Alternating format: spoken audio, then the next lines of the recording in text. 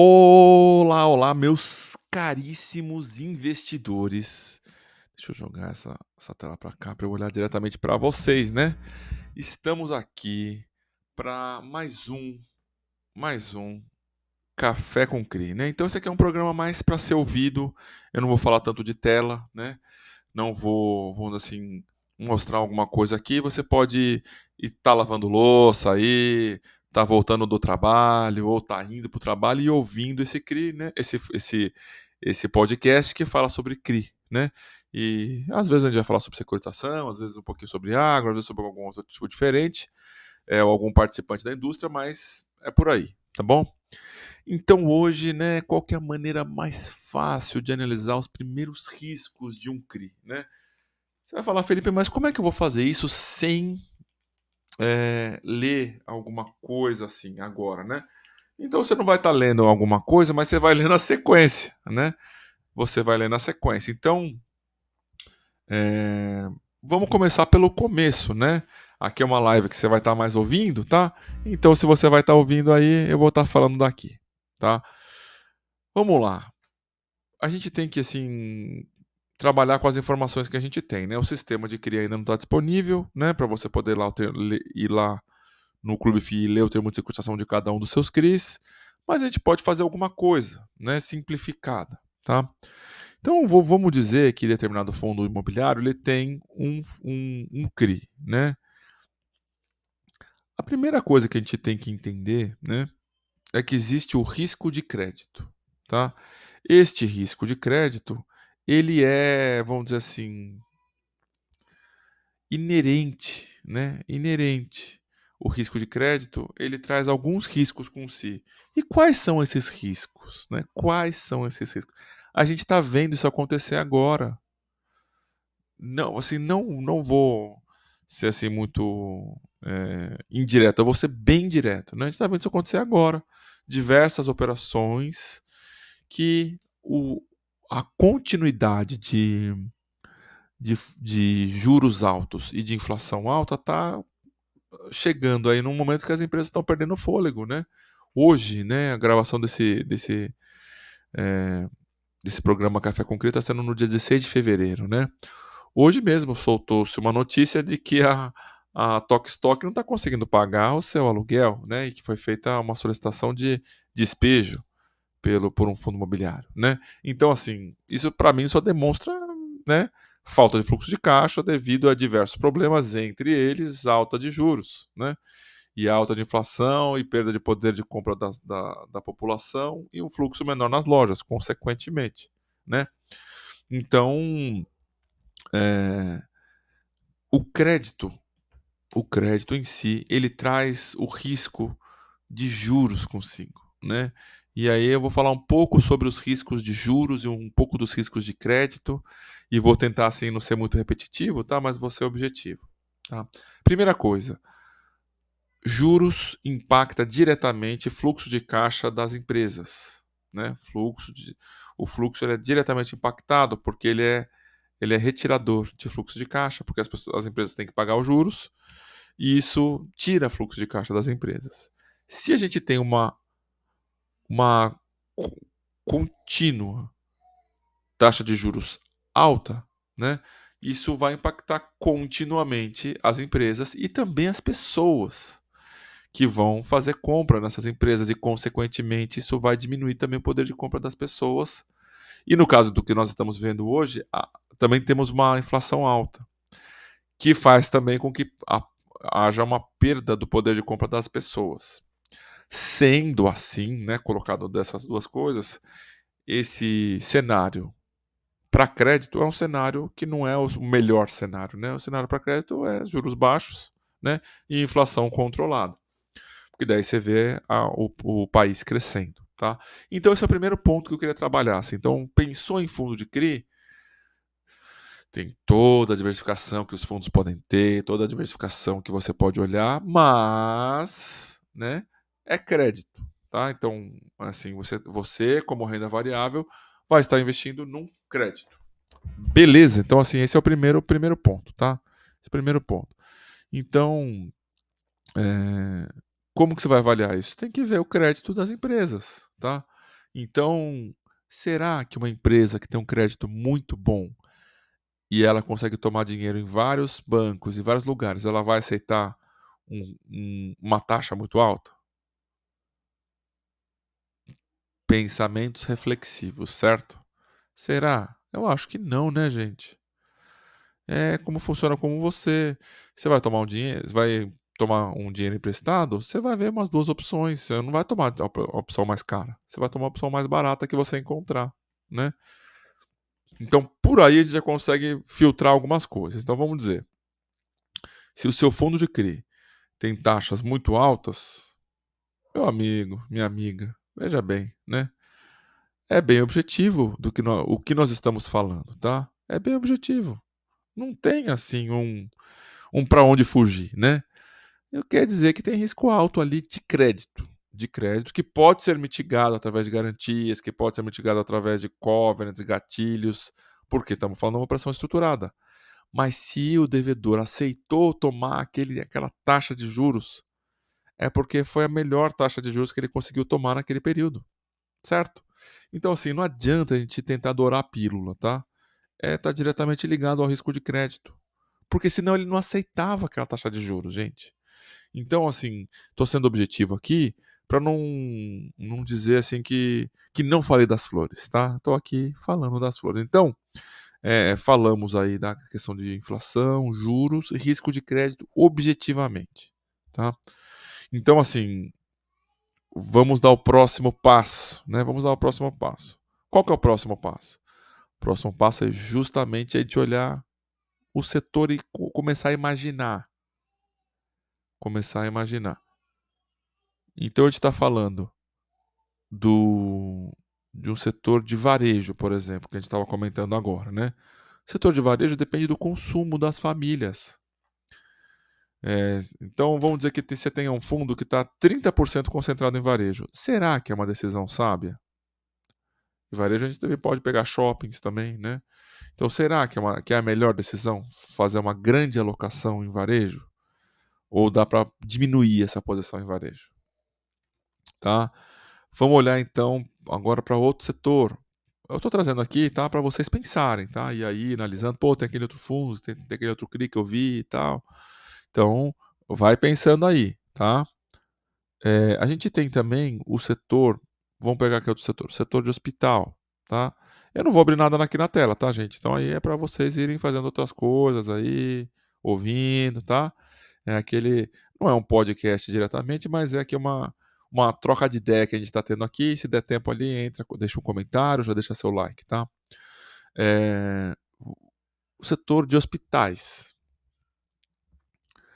Para mim é bem objetivo, tá? Pensar em setor de hospitais. Dá crédito para hospital. Nem que seja, vamos dizer assim, travestido de um CRI, né, de locação, etc., é um tanto quanto perigoso também, porque a gente no mercado financeiro, a gente fala assim: quem é que vai ser o corajoso que vai executar a ordem de despejo de um, de um hospital? Vamos dizer que seja um hospital do câncer para crianças. Quem é que vai ter essa coragem? Ninguém, né? Então, assim, é realmente uma coisa complexa, né, você tomar essa decisão. Agora, se tiver a possibilidade, por exemplo, de trocar a administração do hospital, e a nova administração aceitar pagar o aluguel que estava atrasado, tá, aí pode ser uma possibilidade, trocar a administração, tá. Mas, às vezes, não é possível trocar a administração, às vezes tem que trocar a administração de lugar, né, não só a administração. Então, é um setor que é um tanto quanto, assim, só de pensar, né, no setor, né, não estou nem entrando nos detalhes, tá? Só de pensar no setor já, para mim, já traz esse porém, tá? Vamos pegar outro setor para a gente poder trabalhar, tá? Vamos pensar aqui no setor eh, residencial. O setor residencial, ele também é diretamente ligado aos juros, né, que as pessoas podem pegar, né, para poder financiar, que a maioria das pessoas não tem condição de comprar à vista suas casas, né, então depende de crédito imobiliário, diretamente, né. E se for um projeto que ainda não está feito, então a gente vai voltar alguns passos, tá. Então estamos falando de residencial, seja loteamento, seja incorporação, vertical ou horizontal, tá. ou casas em si, enfim, tá? Vamos aqui trabalhar de residencial. Primeira coisa, tem risco de obra? Segunda coisa, tem risco de vendas? São duas perguntas básicas para crédito imobiliário residencial, né? E até mesmo, né, se for outro, se for corporativo também, tem obras. É um risco, né? Porque tem o executor da obra, tem o acompanhamento da obra, tem que ter todo o dinheiro para toda aquela obra que vai ser levantada, né? E aí a gente vai. Tem risco de vendas? Como é que está esse risco de venda? Ele está mitigado? Não está? É um local adequado? Tem um caso muito bom que aconteceu aí ao longo da minha vida, muito bom assim, né? Para a gente estudar, tá? Para a gente estudar. Era um loteamento numa cidade. Eu já falei desse exemplo, eu vou repetir ele aqui, tá? Então imagina que existe uma rodovia no estado de São Paulo, que é o caso, tá? Uma rodovia no estado de São Paulo e direção norte do estado, tá? Noroeste do estado. E aí, essa rodovia, né, que já dá para imaginar, né? Não tem muitas ali para aquele lado.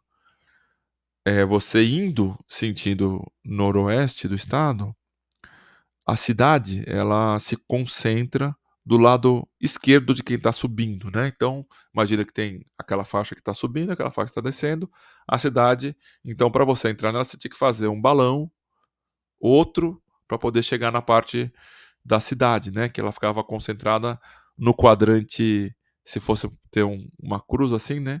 No quadrante esquerdo inferior, né? Então, quem está vindo da capital, sentido interior, subindo no noroeste, tem que fazer um balão, depois outro balão para pegar a rodovia descendo para poder entrar na cidade. Aí, né, o fundo em questão lá estava financiando um loteamento nessa cidade. E veja só, né, era uma área de expansão da cidade, era uma área nova da cidade.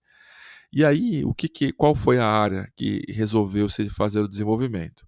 Então, no quadrante direito inferior, ou seja, ele era muito favorável para quem estava vindo da capital para o interior e pouquíssimo favorável para quem estava na cidade, que teria que descer um trecho da rodovia, fazer o retorno lá embaixo para poder voltar, tá? Então não era assim a melhor localização, mas era o único loteamento naquele momento da cidade.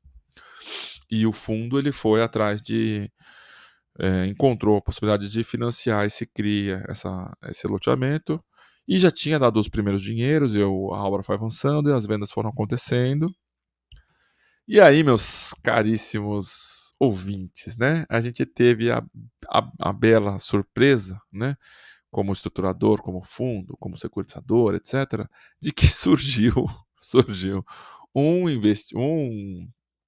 loteamento, a gente brinca assim, no lado certo da cidade. Qual que é o lado certo? O lado de mais fácil acesso, né? Então, do lado da cidade. Então, naquele quadrante esquerdo inferior, naquele quadrante ali surgiu esse loteamento, né? E aí o que aconteceu? Todo mundo que viu, que percebeu que tinha um aqui do lado com mais ou menos o mesmo preço e que não ia ter que fazer toda aquela volta que eu falei, descer um trecho da sentido capital, fazer um retorno lá embaixo para voltar e depois para ir para a cidade tinha que fazer aquelas duas alças que eu falei, né? Do retorno. O que fizeram, né? As pessoas simplesmente é, foram uma a uma cancelando as suas compras, né? O famoso distrato, né? E uma, quando viu, tipo, 90% das pessoas distrataram. Só ficaram as pessoas que já tinham pago totalmente o loteamento. Assim, o que eu vou falar, né? Não tinha como prever. Não tinha como prever. Mas tinha como prever os riscos, né? Tinha como imaginar quais seriam os riscos. Quais seriam os riscos aqui neste exemplo, tá? Que eu tô falando. Então, o primeiro risco, né? O risco das obras. Então, um fundo, quando ele vai financiar, né? Qualquer credor, quando ele vai financiar uma obra, ele tem que ter segurança que ele vai ter dinheiro para toda a obra. Né? Então, de tal forma que é comum, né, fazer uma emissão do valor total da obra, mais um pouquinho, considerando que pode ter uma inflação da construção, que é o INCC. Então, já faz uma emissão, vai precisar de 30 milhões, já faz uma emissão de 40, para não ter dúvida. Se não precisar tomar os 40, só toma uma parte, se precisar tomar os 40, já tem a emissão pronta. Tá? E aí o fundo vai colocando dinheiro conforme vai acontecendo. Então, assim, o fundo ele precisa fazer eu já fiz uma live só sobre esse tema, tá? Na hora do CRI. Dei exemplos e tudo mais, tá? Então, é, vamos dizer assim, né? O fundo, ele tem que fazer uma gestão de caixa. Se ele está financiando uma obra, ele vai precisar colocar dinheiro mais para frente naquela obra, tá? Esse é o primeiro ponto. Mas vamos dizer que o fundo tenha todo o dinheiro já em caixa e ele vai deixar lá o dinheiro parado, esperando no fundo para poder ser alocado naquela obra, tá? Então aí tem a parte da obra em si. Então tem que ter um verificador de obra, tem que ter um engenheiro, né, que esteja acompanhando isso, que normalmente é esse verificador de obra, que é um participante contratado pela operação do CRI, né? Vocês estão vendo o nível de complexidade do que a gente está falando? Vendo não, né? Vocês estão ouvindo, né? Então, existe sim esse risco das obras, né? E aí existe o risco da inflação não ser o que estava esperando, ser maior do que estava sendo esperado. Existe o risco de algum elemento naquela construção faltar e estender muito o prazo, né? Então, estender muito as obras, isso faz com que a confiança dos compradores caia muito, né? Então, isso dificulta vendas, né? Então, assim, vocês estão vendo quantidade de riscos sem abrir nenhum documento. Eu tenho segurança que se tem um CRI que tem esse risco de obra, vai estar lá, vai estar falando da obra. Mas só de você saber que tem obra, você já sabe que é um risco, tá? Aí, vamos dizer que a obra está andando bem, tá? A obra está andando bem, que era o caso daquele loteamento que eu falei agora no interior noroeste do estado de São Paulo. A obra estava indo bem, as vendas estavam indo bem, então tem o risco de vendas, capacidade de vendas, capacidade de boletar essas vendas, capacidade de ter a continuidade das vendas, né? Então, tem alguns fundos que não pegam, por exemplo, nem com obra nem com venda. Tem fundo que pega só com venda acontecer. E tem fundo que pega com risco de obra e risco de venda, tá? Que são dois complicadores, né, nessa análise residencial, né, que a gente está falando. Então, o que aconteceu, né? Esse risco de vendas, ele estava, vamos dizer assim, até que mitigado, porque tinha bastante vendas naquele loteamento. O que não estava sendo planejado era o risco de distrato, né? Então, quando a gente está falando de obras e de vendas, tem o risco de distrato acontecer também, tá? E aí tem que incorrer numa nova venda. Nesse caso lá, o que aconteceu foi feito esse distrato, né? A empresa então ficou sem fluxo de caixa e tivemos, né, como sequestrador e como fundo, tivemos que executar as garantias, que era o aval, tá? E foi pago, deu tudo certo, porque tinha uma pessoa física que tinha bastante dinheiro para honrar aquela dívida. E pelo que eu me lembro, até descontinuaram essa obra, tá? Aquele loteamento lá, porque não tinha condições, né? Ou seja, a cidade, então esse é outro risco, né? Que eu vou falar agora. A cidade ela não tinha muitas pessoas, né? E aí a demanda por 5 anos, 4 anos, era de um loteamento só, né? E aí foi lá um esperto e fez do lado certo da cidade. Então, basicamente, tiveram que desmontar aquele loteamento porque não tinha demanda suficiente ao preço, né, que estava sendo ofertado aquele loteamento. Tinha para o outro, né? Então, a quantidade de pessoas que vai estar circulando em torno daquele empreendimento também é muito importante. Vocês viram o quanto que a gente está diversificando esse risco aqui e falando só de cabeça aqui, sem abrir planilha, sem abrir site, nem termo de securitização. Vocês estão entendendo? É só de pensar, tá? Só de pensar a gente já consegue imaginar, tá? E então, assim, nesse caso, né, tem outro detalhe, né? Então tem a quantidade de pessoas para fazer frente àquela oferta daquele tamanho daquele empreendimento. No caso apareceu outro e aí a oferta dobrou, né? E aí a demanda, vamos dizer assim, migrou para um dos empreendimentos. E aí tem um detalhe, né? Que é o lado certo, que é o que a gente chama de localização, né? Então, o que importa em mercado imobiliário? Localização é a primeira coisa, né? A segunda coisa é localização e a terceira também é localização. De tal forma que a localização, ela deveria ser, tá, um dos principais pontos de análise no mercado imobiliário que tem algum viés, né, no mercado de fundos de CRI, que tem algum viés imobiliário, né? Então, tem a operação que ela é meramente corporativa, né? Você vai analisar mais o crédito. Agora, se tiver alguma garantia imobiliária, você precisa saber onde é, né? E aí dentro ainda do residencial. Dentro do CRI residencial tem aqueles que são de financiamento imobiliário, que é a maior parte deles de pessoas físicas, tá? E aí, né, assim, de que me vale? Eu vou falar uma cidade aqui, tá? Que é a cidade que a minha mãe mora, tá?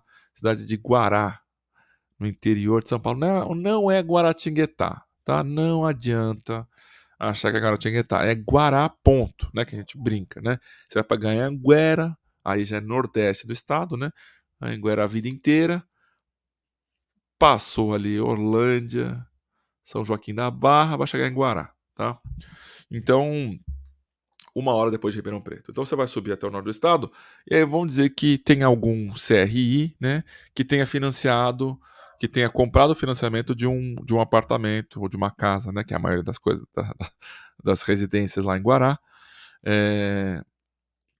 E esse financiamento, né, financiou 90% daquele imóvel. Né? Vamos dizer que valesse 200 mil aquele imóvel, financiou 180 mil. E aí, né, a pessoa, né, perdeu o emprego, aconteceu alguma coisa, não consegue mais pagar aquele financiamento e acabou perdendo, né? Foi para a alienação fiduciária, não conseguiu vender no primeiro leilão, foi para a alienação fiduciária, não vendeu no segundo leilão. Por que esse tipo de coisa acontece? Tá? Por que esse tipo de coisa acontece? Por conta do tamanho da cidade que a gente estava falando agora, né? E por conta do LTV. Tá? Então, o Lôntia Velho é um medidor muito bom e que funciona muito bem no financiamento residencial. Tá? Eu brinco que ele é um medidor de vontade de pagamento daquele financiamento imobiliário. Quanto mais alto for o Lôntia Velho, que é o LTV, mais baixo o interesse do financiador, do devedor daquela operação de pagar, tá? E aí, sem gastar muito tempo aqui, eu já falei desse assunto numa live, tá? Então eu vou falar aqui de novo, tá? O loan velho é o valor do empréstimo dividido pelo valor do imóvel. Loan, que é empréstimo, to dividido pelo valor do imóvel, velho, tá? Então, essa divisão ela mostra, né? Então, vamos dizer nesse caso lá de Guará, tá? Que a dívida, né, era de 180 mil e o imóvel valia os 200 mil. Só que quando foi colocar o valor do leilão, quando foi colocar o valor dos juros, etc., a gente chega ali nos 190 mil, talvez, tá?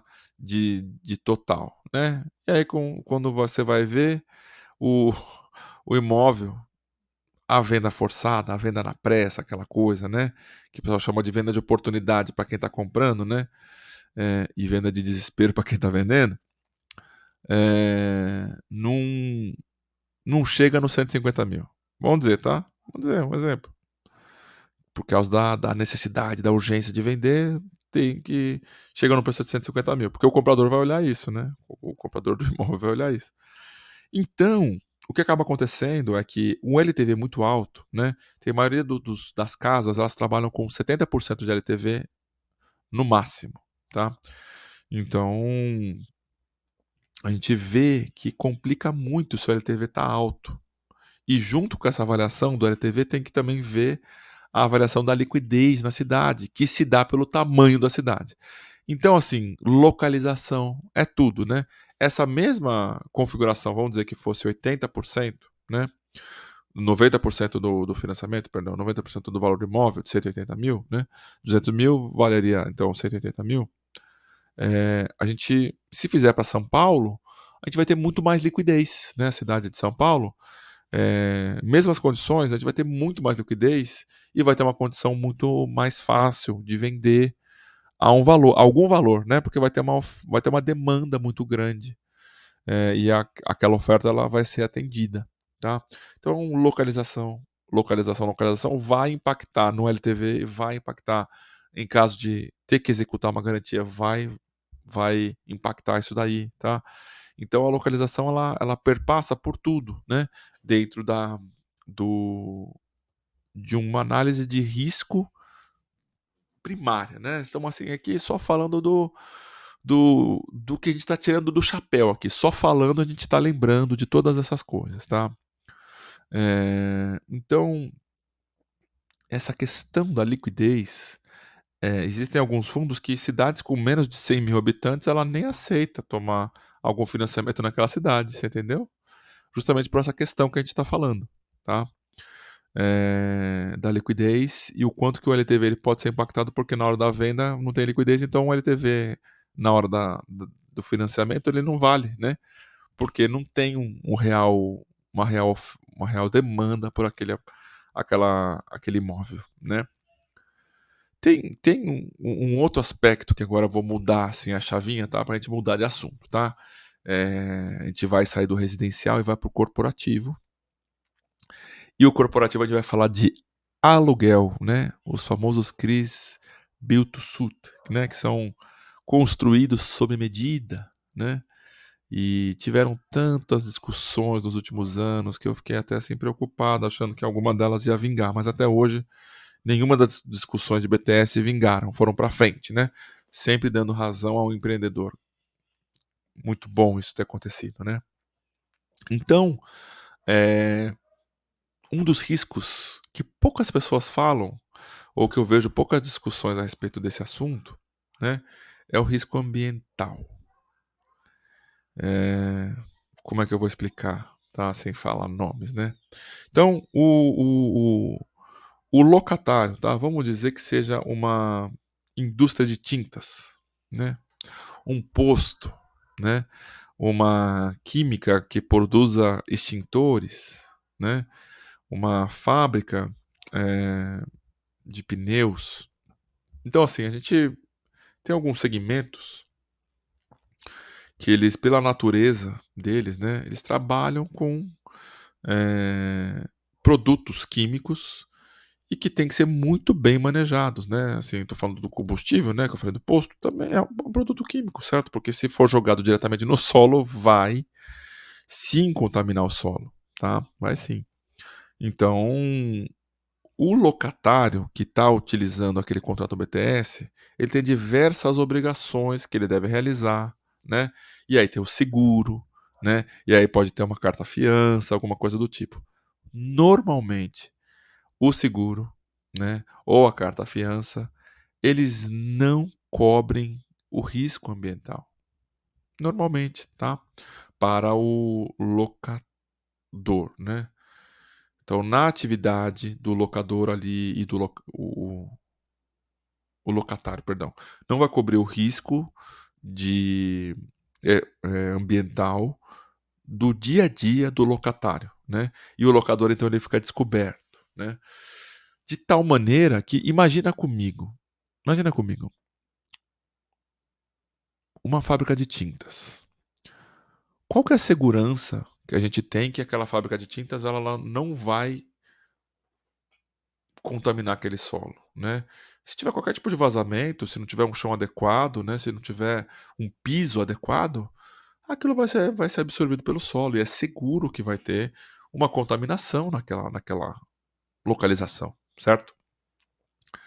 Então, assim, eu estou trazendo esse risco, né? Que poucas pessoas comentam a respeito dele, mas ele é um risco que ele é bem relevante. Que, dado a natureza daquele locatário, né? Isso vai impactar ou não, tá? Então, gente, tá vendo? A gente está falando aqui só de coisas óbvias, no sentido de primeiras análises, né? Primeiras análises. Outro risco corporativo que eu vejo que está acontecendo agora, né? Mas antes era pouco discutido, que são as RJs, né? Então, a RJ vai depender das garantias de como foram feitas e das sessões, etc.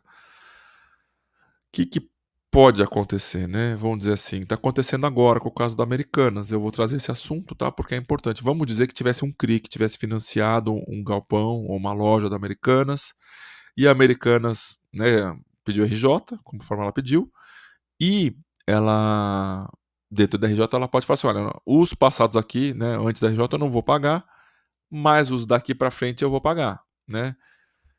Se ela não pagar, que é o que já aconteceu agora, 3 ou 4 locadores já falaram que a Americanas não pagou o aluguel integral.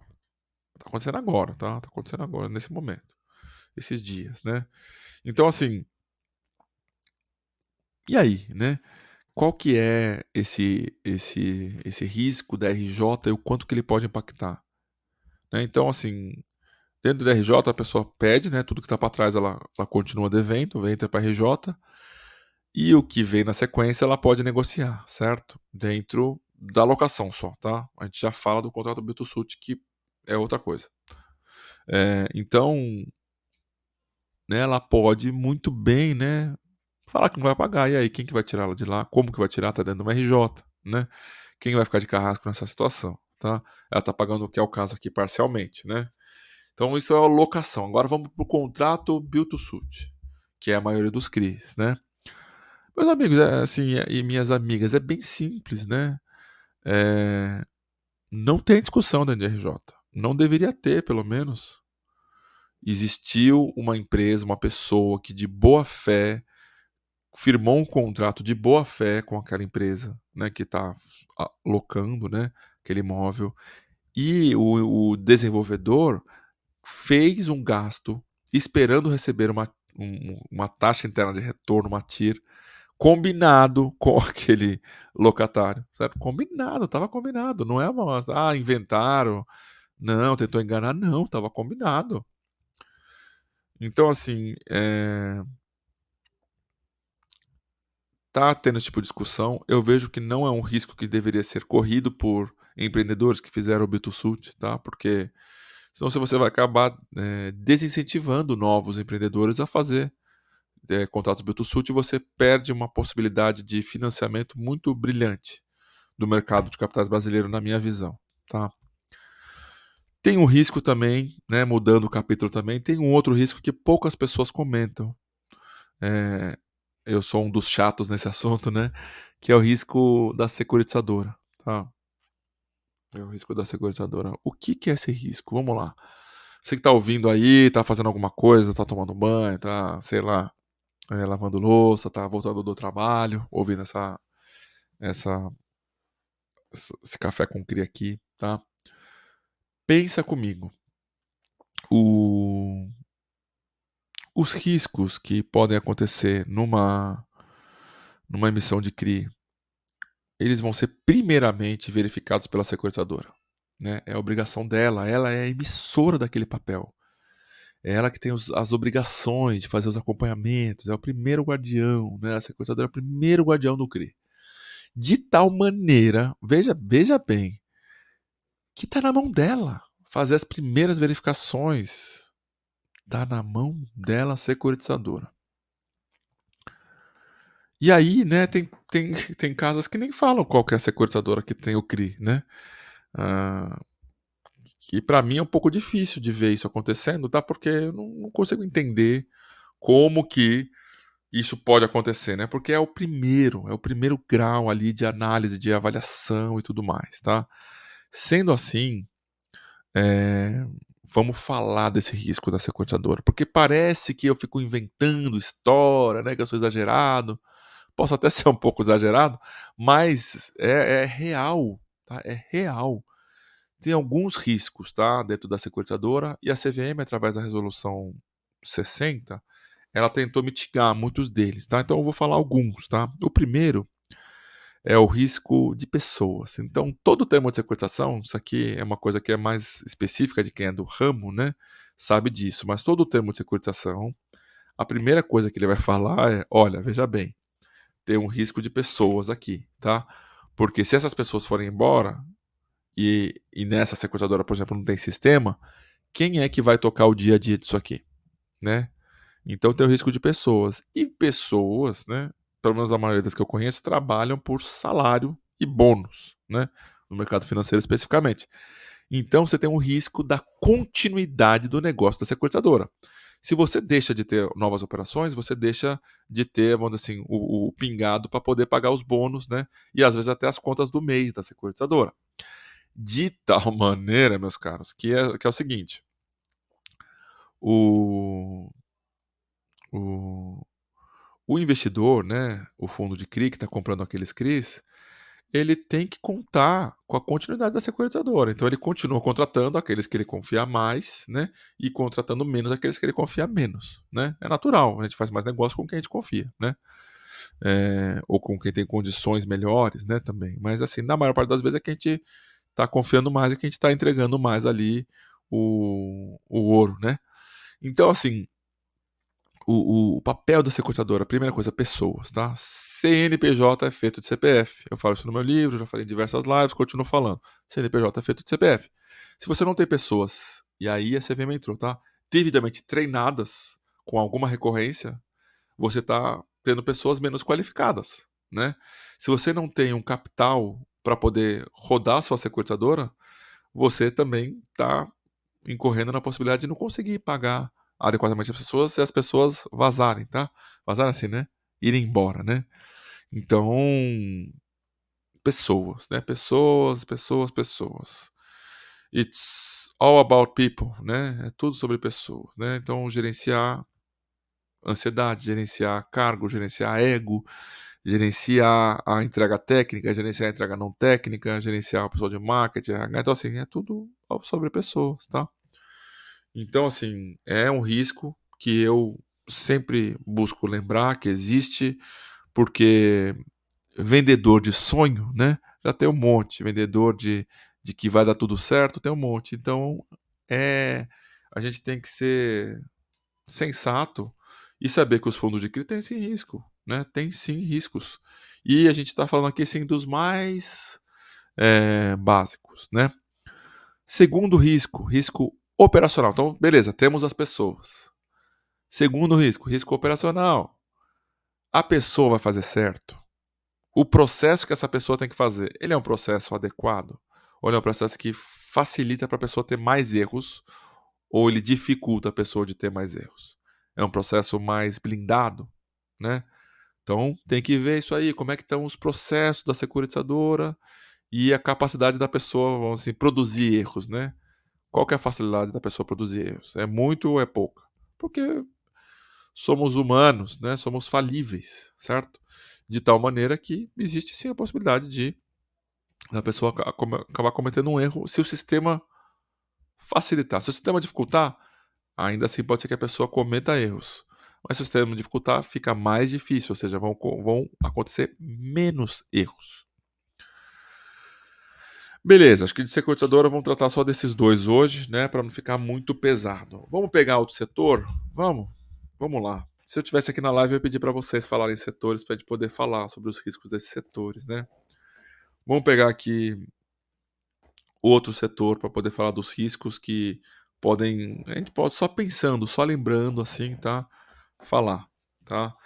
Tem a questão das garantias, se elas estão bem formalizadas ou não, tá? Então,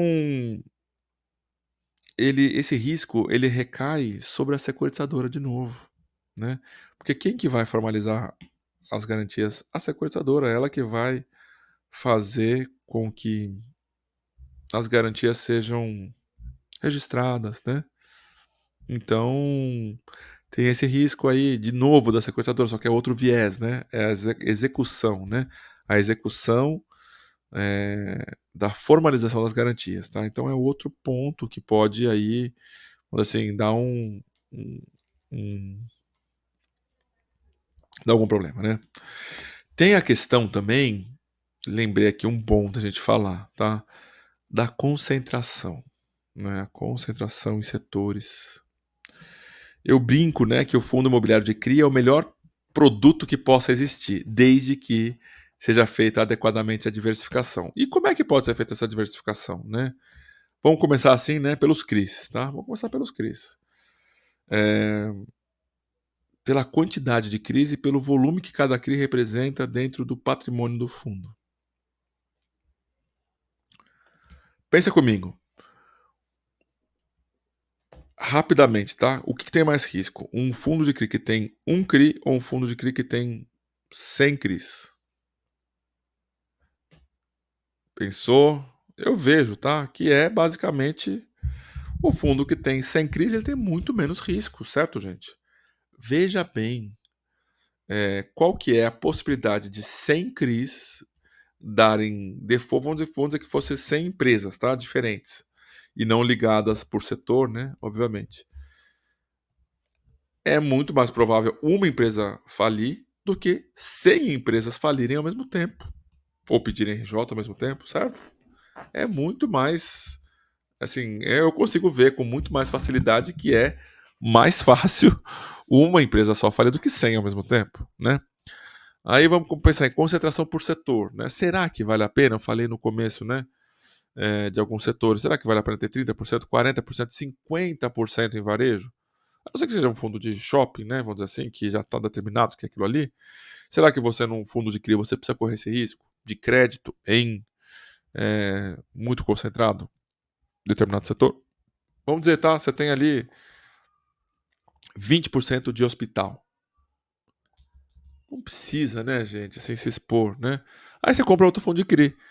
Desde que ele não tem hospital, aí você vai diluir, né? Vamos dizer que você comprou 1 para 1, você vai ficar com 10%. Você vai comprar mais um, que também não tem hospital. Você vai ficar com. Começou com 30, vai para 20, agora ficou com 10%. Já diminuiu, né? Ou se começou com 20, foi para 10, aí você vai ficar com 16,67. Então, a gente tem que saber mediar os riscos da diversificação e da concentração. Então, é um risco também que ele está inerente ao CRI, mas como ele está dentro de um fundo, né, você consegue ver ali ele inerente ao fundo sendo um risco do CRI, né? Risco do crédito daquele CRI e das suas garantias. A gente está chegando aqui a 41 minutos, tá? E eu estou falando aqui direto, né? Eu espero que você esteja conseguindo ouvir ainda, né? Que funcione bem esse tipo de estudo que a gente está fazendo aqui, né? Tem o pessoal que está pulando o carnaval aí, então com certeza não vai ouvir, mas pode ouvir na sequência, tá? Vamos pegar aqui um outro aspecto também diferenciado, tá? Que é o agente fiduciário, tá? Então aqui eu estou só falando dos riscos básicos de um CRI, tá? O agente fiduciário, ele é um player muito importante. Ele é um player que traz assim, um nível de segurança, né? Que pode fazer a diferença, né? Eu já tive diversas vezes que um agente fiduciário foi inútil, né? Numa assembleia, mas a maioria das vezes o agente fiduciário foi muito útil, né? Sempre trouxe pontos que eu às vezes não tinha pensado, alguma estratégia para execução, alguma estratégia para poder como estruturar aquilo ali. Porque como a gente fiduciário foi problema de todos os CRIs, né? E não só de uma sequestradora, às vezes de todas as sequestradoras, de repente, né? Se for algo muito grande. Então a gente consegue ter, vamos dizer assim, exemplos, né? De coisas que já aconteceram, né? Em outro tipo de créditos, né? Não só CRIs, mas debentures, por exemplo, né? E aí esse conhecimento ele pode agregar muito. Se for uma pessoa com experiência, uma pessoa ligada com o assunto, né? Isso pode sim ser benéfico para a assembleia daquele CRI. Então, o agente fiduciário, sim, ele faz a diferença, tá? E às vezes, se não um agente fiduciário bom, ele também vai fazer a diferença para pior, né? Mas a gente está aqui querendo saber dos bons, né? Então, o agente fiduciário ele vai fazer a diferença principalmente ali para o fundo de investimento, que é o gestor, que vai estar ali na lida, né? Vai ajudar na comunicação com a securitadora, vai ajudar em assembleias, vai ajudar a coletar as informações, vai fazer uma verificação todo ano, tem o relatório do agente fiduciário. Então, assim, é sim um player muito importante que deve ser considerado também. E eu vejo também poucas pessoas falando disso, tá? Vou também aqui mudar de lado agora para o cérebro funcionar aí, tá? E aí, depois desse, a gente vai concluir, tá bom? Um outro risco é o de concentração em indexadores. Você vai comprar um FII que ele tem só CRI e PCA. Você vai estar direcional, né, que o pessoal chama no risco, né? Você vai estar escolhendo tomar um risco direcional de PCA e tá tudo bem. Ou você vai comprar um CRI que tem só CDI ou tá mais concentrado em CDI. Tá tudo bem, você também pode ficar concentrado, mas você tem que saber que tem riscos nisso, né? Então, de repente, aconteceu, tá? Tinha um indexador que era o IGPM, né? Ele existe ainda, né? E muitos fundos estavam super concentrados nele. Aí o IGPM bateu 40% no ano. Aí todo mundo quis mudar para o IPCA. O IPCA tava tipo 7. Aí as pessoas mudaram para o IPCA, o IPCA foi para 20. Então pegaram os dois piores momentos daquele indexador, né? E o IGPM voltou para tipo 3, 4, né?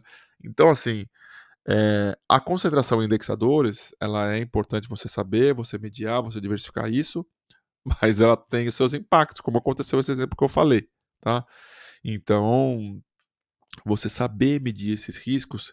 E, gente, estamos aqui falando dos riscos básicos, nem abrimos um termo de securitização para falar, tá? Nem abrimos um termo de securitização, estamos aqui só falando e imaginando as possibilidades, tá? Então, você que ouviu até agora, ou você que está chegando agora, tá? Deixa aqui seu comentário. É muito importante pra gente, pra esse vídeo chegar para mais pessoas, mas principalmente, tá? Pede aqui, Felipe, pô, você podia ter falado de tal risco, faltou tal risco, é tão básico, você não falou, Felipe. Ou ainda, Felipe, não gostei desse modelo de live, gostei. Deixa aí seu comentário, deixa seu like. Principalmente, tá? Se inscreve no canal, porque a gente tá aí com a nossa meta de bater 100 mil pessoas que nos acompanham aqui no YouTube, tá? Amanhã tem outra live nessa mesma pegada, só que a gente vai tratar de outro assunto. E na semana que vem tem 2 entrevistas com 2 gestores. Vocês não perdem por esperar. Já está sendo maravilhoso hoje, semana que vem também. E a gente daí está com muitos projetos, tá? Quem sabe aí sai um de Fiagro, né? E aí a gente vai ampliando a grade, tá? Então, um bom dia, uma boa noite aí para você, boa tarde, não sei que hora que você está ouvindo esse programa, tá? Deixa aqui seus comentários a respeito desse modelo, né? Do Café com Cric que você achou. E a gente vai ouvindo aí, vai aprimorando, tá bom? De novo, né? Esse aqui é um programa que ele é um pouco programa sem. A gente vai buscar usar o menos tela possível, tá? E passar o máximo de conteúdo possível sem mostrar a tela para você poder ir ouvindo, né? Esse programa em algum momento, beleza? Valeu, muito obrigado para vocês. Até a próxima e o Café com Cri fica por aqui. Valeu!